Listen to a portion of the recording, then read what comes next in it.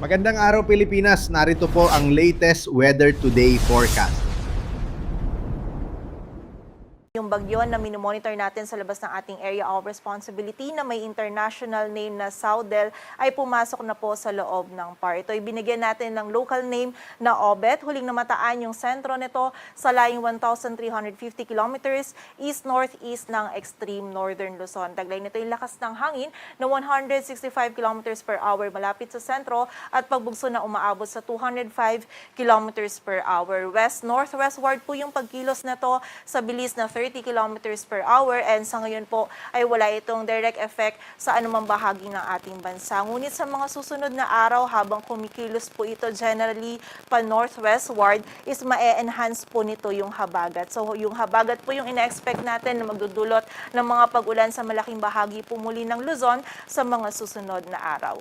And sa ngayon po, prevailing pa din yung habagat natin sa malaking area po ng Luzon. Hindi po siya ganoon kalakas kung i-compare nung mga nakaraang araw, pero meron pa rin po tayong mararanasan na maulap na kalangitan. May mga scattered na mga pag-ulan pa rin po dito sa Metro Manila, maging sa bahagi din ng Ilocos Region, Cordillera Administrative Region, Cagayan Valley, Central Luzon, maging sa Cavite, Batangas at Rizal. So possible po lalo-lalo na sa hapon at gabi yung mga thunderstorms, kaya pag-iingat pa rin po para sa ating mga kababayan. And bukod po dito sa dalawang weather system na ito, meron din tayong minomonitor pa na dalawa pang bagyo sa labas po ng ating area of responsibility. Una po si Tropical Depression Gaynari. Ito po yung si dating bagyong Neneng. Huling namataan yung sentro nito sa layong 595 kilometers north-northwest ng Itbayat, Batanes. Taglay po nito yung lakas ng hangin na 45 kilometers per hour malapit sa sentro at pagbugso na umaabot sa 55 kilometers per hour. So northwestward po yung pagkilos nito sa bilis na 10 kilometers per hour and wala po itong epekto or direct effect sa anumang bahagi ng ating bansa. Hindi rin po natin nakikita na papasok po ito muli sa loob ng ating area of responsibility. Ngunit ito po ay isa pa din sa nag-i-influence sa habagat natin. So bahagya pa rin po niyang na-steer yung habagat natin and likely meron pa rin po tayong mga pag-ulan na mararanasan lalo na dito sa may northern and western sections ng northern and central Luzon. Again, dala po ito ng habagat. Also, meron din tayong minomonitor pa na tropical storm.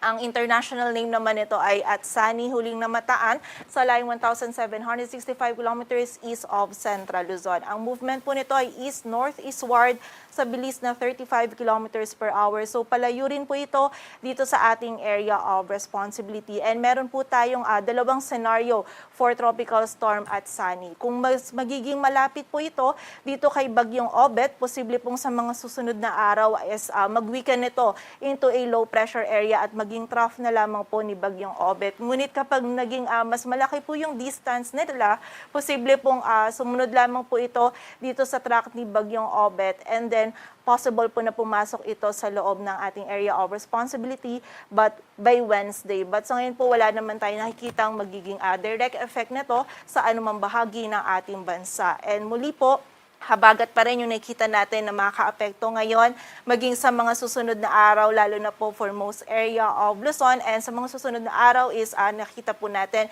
na i-enhance nito ni Bagyong Obet yung habagat. So ito po yung ating latest forecast track analysis ni Bagyong Obet. Generally, west-northwestward po yung magiging pagkilos nito in the next 24 hours and then mas magiging pakanluran po yung or westward yung pagkilos niya. So nakita po natin dito magiging mabilis lamang po yung paglagi niya dito sa loob ng ating area of responsibility. Within the next 12 hours, possible po ay lumabas na din po ito ng PAR and then continue niyang babaybayin itong karagatan sa may south ng Japan. So nakikita po natin likely habang binabaybay niya po itong north ng northern boundary ng PAR natin ay i-enhance niya po yung habagat. So wala po siyang magiging direct effect sa anumang bahagi ng ating bansa pero ito pong si Bagyong Obet yung nakikita natin na mag-e-enhance ng habagat.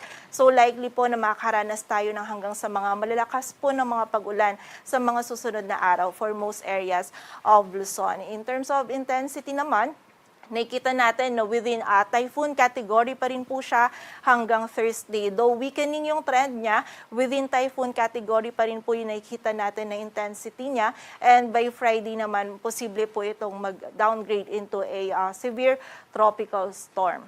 So dahil nga po meron tayong mga nakikitang mga hanggang sa malalakas po na mga pag-ulan, dala po ng enhanced habagat sa mga susunod na araw, afternoon to Wednesday afternoon, as possible po yung 50 to 100 millimeters of rainfall for the area of Zambales. While for Wednesday afternoon naman to Thursday afternoon, possible po yung 50 to 100 millimeters of rainfall for Zambales, Bataan at Occidental Mindoro. So sa mga susunod po na araw, posible pong madagdagan pa yung areas natin na makakaranas ng hanggang sa malalakas po ng pag-ulan, dala ng enhanced habagat. Sa ngayon, nakikita po natin, possible po simula po ng late Tuesday onwards, mararamdaman natin yung mga malalakas po na pag-ulan nito magsisimula sa western section ng Central Luzon, and then onwards po is mas lalaki pa yung areas na meron tayong mga pag-ulan. So likely po by Thursday and Friday, nandun po yung peak ng mga malalakas po na pag-ulan natin, dala ng enhanced habagat for most areas of Luzon. Kasama na po dyan dito sa Metro Manila, sa malaking bahagi po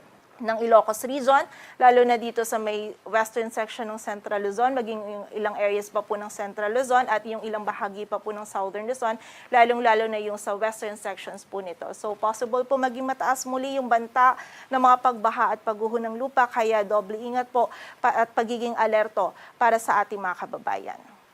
At possible din po na today hanggang Wednesday, makaranas din tayo ng bugso po ng mga malalakas na hangin. Dala naman ito ng habagat pa din for most areas of Luzon and Visayas, maging sa ilang bahagi din po ng Mindanao. At para naman sa maging lagay ng ating panahon sa araw ng Martes, magiging maulap pa rin po yung ating kalangitan dito sa Metro Manila, Ilocos Region, Cordillera District Region, Cagayan Valley, maging dito din sa area ng Cavite, Batangas, Laguna, Rizal at dito din sa area ng Occidental Mindoro. Dala po ito ng habagat. Likely po yung mga pag-ulan natin or thunderstorms ay sa hapon at gabi, kaya pag-iingat po para sa ating mga kababayan. And also dito naman sa rest of Luzon, may mga isolated na mga pag-ulan pa rin po tayong ina-expect at dala pa rin po ito ng habagat. For the area naman ng Palawan, Visayas at Mindanao, bahagyang maulap hanggang sa maulap din po yung ating kalangitan. Possible pa rin yung mga isolated na mga pag-ulan, pagkilad at pagkulog-dulot po ng habagat at ng mga localized thunderstorms. And again, nakikita po natin by Wednesday or late Wednesday onwards po mas nandun yung mga malalakas po na mga pag-ulan na ating mararanasan for most areas of Luzon, lalo na po sa western sections nito, maging sa ilang bahagi din po ng western section ng Visayas, dala po ito ng enhanced habagat, kaya muli pag-iingat po para sa ating mga kababayan. Para naman sa lagay ng dagat baybayin ng ating bansa, wala po tayong nakataas na gale warning, ngunit iba yung pag-iingat pa rin para sa mga kababayan natin na maglalayag dito sa may seaboards ng Luzon, maging sa eastern seaboards din po ng Visayas at Mindanao, sapagkat magiging katamtaman hanggang sa maalon yung ating karagatan.